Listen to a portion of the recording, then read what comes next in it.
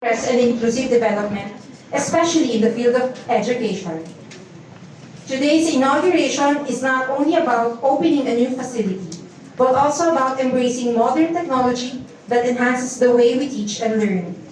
One of the highlights of this lecture hall is its advanced video camera tracking system designed to follow the speaker, seamlessly creating a more dynamic and engaging learning experience. And fittingly, we are honored that he will be the very first to experience and demonstrate this innovative feature. A true advocate of modernization and youth empowerment, he has consistently supported initiatives that uplift public education and bring meaningful change to our communities. Yes, boss. Okay, sorry.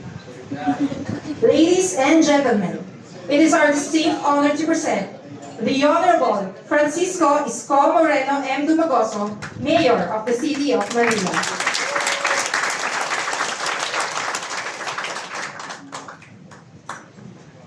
He is a teacher.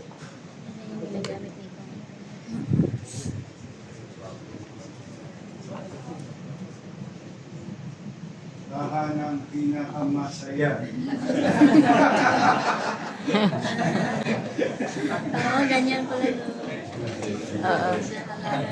Wala ko nasa television. Anyway. Thank you. Anyway, good afternoon. Lakas ng gulo. Our lesson for today is about... Ano na? Parang mag-lecture din. Alala ko sa college po kami. But anyway, well, una, maraming salamat. The ICTSI family. Patapakan natin sila. Ito po yung sinabi ni Ma'am kanina. Recently, about a few weeks ago, we were in Rosario Almario Elementary School, yung aking alma mater. Lahat ng top-notch equipment pagdating sa sports. In fact, meron yung isang makina na binigay sila. Dalawa lang sa Manila.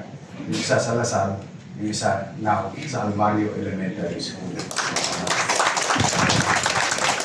Supporting our students in their sports activities and to be more competitive by accessing better equipment.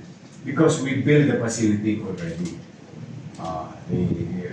Alam niyo naman, yung recently, mga pinagagawa natin about education, we are preparing our schools to sa demand of population.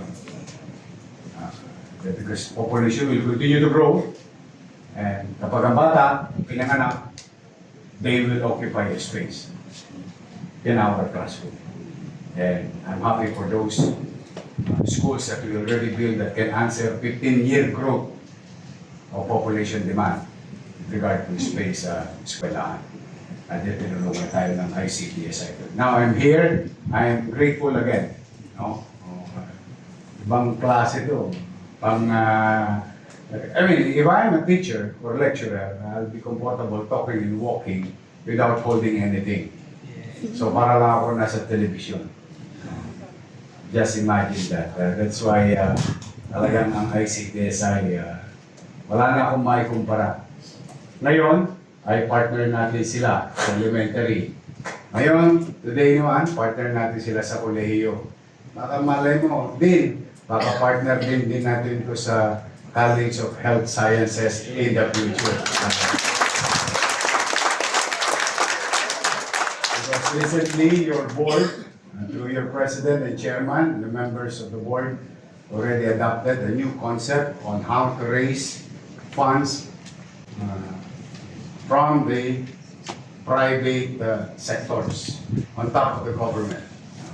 Nag-create kami ng mga bagay o innovation na hopefully, this is not new ideas. It's a copy-paste. Mahilig ako mangopya.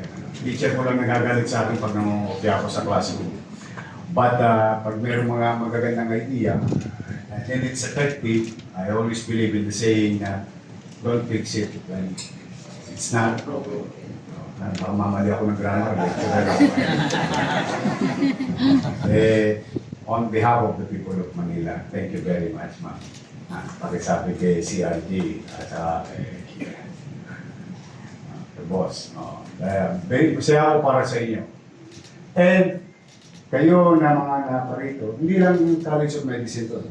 Halo-halo ito. Pasensya na kayo, medyo special lang yung araw na ito sa College of Medicine or College of Health, Allied. Ayun. Hindi ko pa rin Ginigibanan. Biraman pa. We will have a better place for you, for that particular sector or segment of the institution. At the same manner, beneficiary rin kayo nun because you will have more space in this building, in this area. At I don't know, ayoko naman pangunahan, pero pwede na kayo pumunta kay Cebuana Luwilier.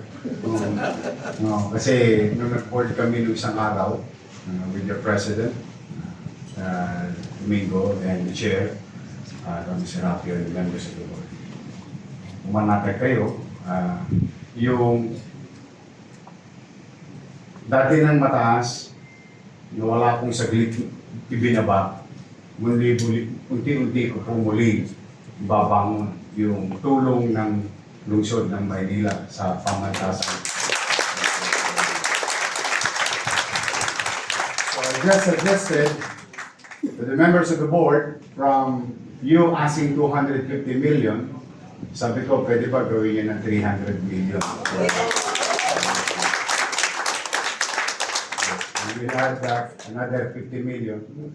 Actually, nangyari na yan nung first term ko. Pinihit-pihit ko yan taon-taon Inunti-unti ko yan iangat Kasi, because there is cost to operate and every year, I think so, may mga economist naman yata rito, inflation will catch up no matter what.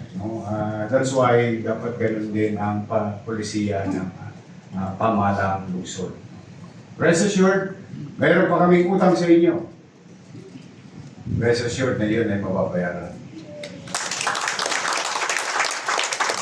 Maring hindi ko yung ginawa, but we don't want to point fingers anymore.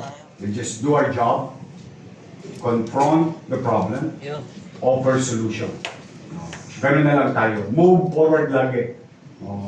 Tapos, naturally, magka-catch up ang lungsod ng Maynila. At the same manner, by next year, may add-on tayong konting porbetyo para sa pamantasan lungsod ng Maynila. Basta, wala akong hihilingin sa inyo lahat. Sa guro, mga professor, mga dean, sa admin and teaching, never do. Especially students. Mag-eskwela lang tayong maigi. Wala, yun lang. It's the same thing na hinihingi ko sa anak ko. Ako, hinihingi ko lang sa anak ko, diploma Kaya ano kaya ta, gusto mag-PhD. Ang tagal nila sa eskwelahan ngayon. But for you guys, yun lang ang hinihingi ko sa play. Because you're gonna be future mother, father, leaders, maybe professionals and so on. You're the future. Ako palagitnaan na. Yung iba dito, konti na lang ang birthday. Kayo na yung susunod. Kumbaga sa lineup, we will pay the way, then your time to shine will come. And that's why, in our own little way, among your teachers, deans, institutions, private sectors, your local government, working hand in hand to really support you, yung maitawid kayo sa at least, at the very least, convenient environment ng inyong school ground, school facilities. At the very least, kung di man namin kayo mabigay ng luho, huwag lang kayo maging argabyado. You will be at par with others. Yun ang minimum goal namin. Because the policy of the city under my watch is very basic. As like my teacher in NC Pag said, MBN. Minimum basic wage. With the little resources of city, The big chunk of it will be invested to MBN. Minimum basic needs speaks of housing, healthcare, education, and jobs. Doon lang iinog yung mga nakikita nyong pailaw, open green space, peace and order, aliwalas. Ano yung betching? Pampasarap na rekado kung paano patataasin ang antas ng pamumuhay ng tao. Ngunit yung pangunahing malaking suliranin at kakailanganin ng isang mamamayan, doon namumuhunan ang inyong lokal na pamahalaan. Kaya pag may ganitong aktibidades, tuwan-tuwa kami. Bakit? Wala tayong tosgas dito. Wala. Tiway ito. Kaya talaga ho, pag may mga ganitong activities, agad-agad. Kasi nai-inspire kami. O, di ba, yung nakaraan lang, EdNed na motor, di ba? Hindi sa alam. Pang-les po natin. Mas malakas pa yung motor natin kaysa magnanakaw. Oh, yun, tiyak yun. NMAX yung mga pinabibili ko doon sa mga les. O sa Lunes, bago ko dumating dito kanina, may good news pare, okay na yung Shanghai Ship. Meron tayo panibagong motor ulit, for peace and order. So parang nangyayari ba, nakakatuwang isipin na yung mga pribadong sektor like ICTSI and others, ano na, nagpipitsit na. Eh talagang importante yun eh. When you inspire your people, inspire others to do common goal, betterment of our community, atin ko, may kakahinat, may mapupuntahan tayo. So sa mga atabs, wala nang pasang-awa, abang pasang-awa naman.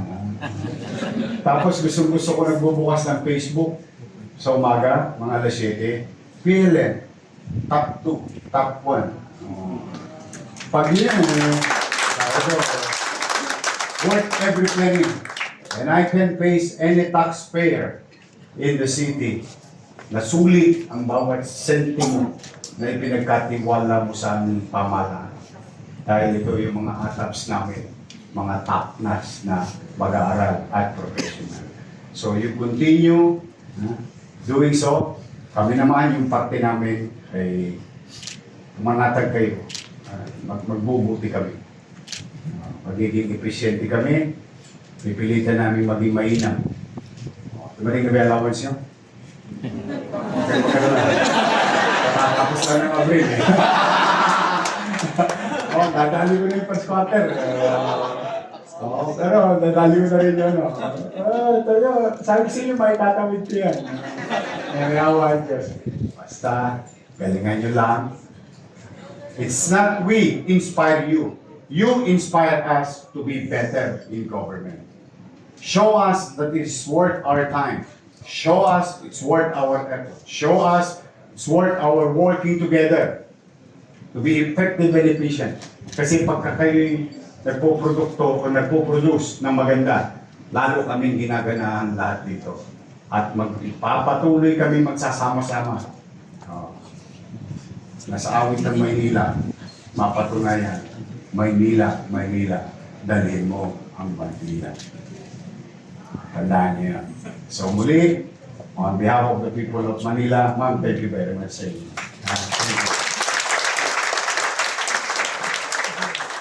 Masasana rin ng ulan. Ang dumami pa kayo. Hindi na inabot ang mga atabs yun. Ang Kremlins. Google yun lang. Sa inyo lahat, good luck. And mag-ingat kayo, medyo masama ang panahon. Don't take this weather lightly, drink a lot of water, take care of your health. And yawan Diyos, makakaraos. Wala yung nawa kayo ng Pombay. Manila! God bless.